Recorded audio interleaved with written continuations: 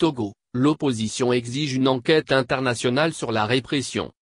Situé à 338 km au nord de Lomé, dans la région centrale, Sokodé est l'un des bastions de la contestation, l'une des villes du pays fortement touchée par les violents affrontements que le Togo a connus ces 2 derniers mois.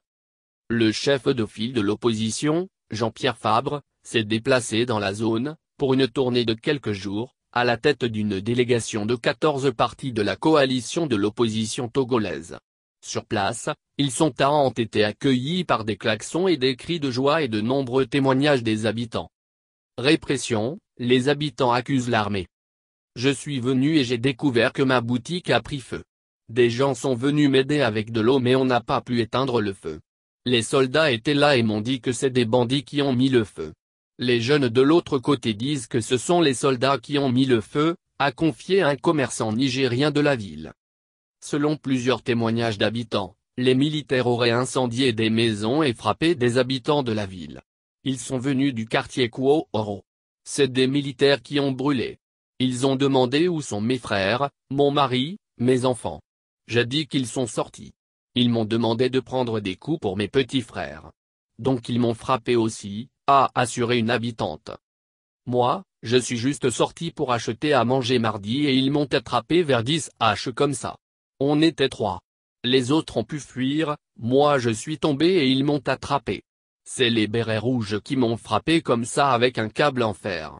Certains avaient des bâtons. Ils peuvent être une vingtaine à bord de leur véhicule, a relaté un jeune. Les militaires sont encore en faction dans les rues de la ville. Sokodé est vidé de sa population. Un certain nombre d'habitants ont fui la localité pour se mettre à l'abri. Selon le Haut-Commissariat aux réfugiés, au moins 500 personnes ont traversé la frontière, vers le Ghana ou le Bénin voisin. Visite écourtée, après Atakpamé et Sokodé. La délégation a dû écourter sa visite, empêchée de poursuivre sa route vers Kara et Mango à l'entrée de Bafilo, à 380 km de Lomé, après une escale à Atakpamé et Sokodé.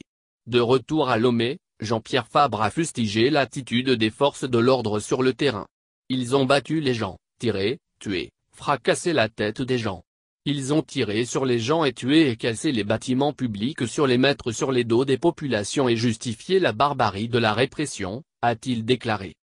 On a l'impression que les forces de sécurité se sont déchaînées sur les populations et c'est l'apocalypse que les gens ont vécu ici. Jean-Pierre Fabre, chef de l'opposition togolaise. Jean-Pierre Fabre a déjà annoncé qu'il comptait demander une enquête internationale sur ce qui s'est passé à Sokodé. Nous allons à notre retour à Lomé nous retrouver pour demander la mise en place d'une commission d'enquête indépendante sur tout ce qui s'est passé ici, une enquête internationale surtout pour faire la lumière sur ce qui s'est passé ici, a-t-il déclaré. Le chef de l'opposition togolaise a appelé les habitants à continuer de se mobiliser malgré la répression. Jean-Pierre Fabre a prévu une autre visite dans la région avant les grandes manifestations prévues du 7 au 9 novembre prochain à travers le pays pour réclamer le retour à la Constitution de 1992.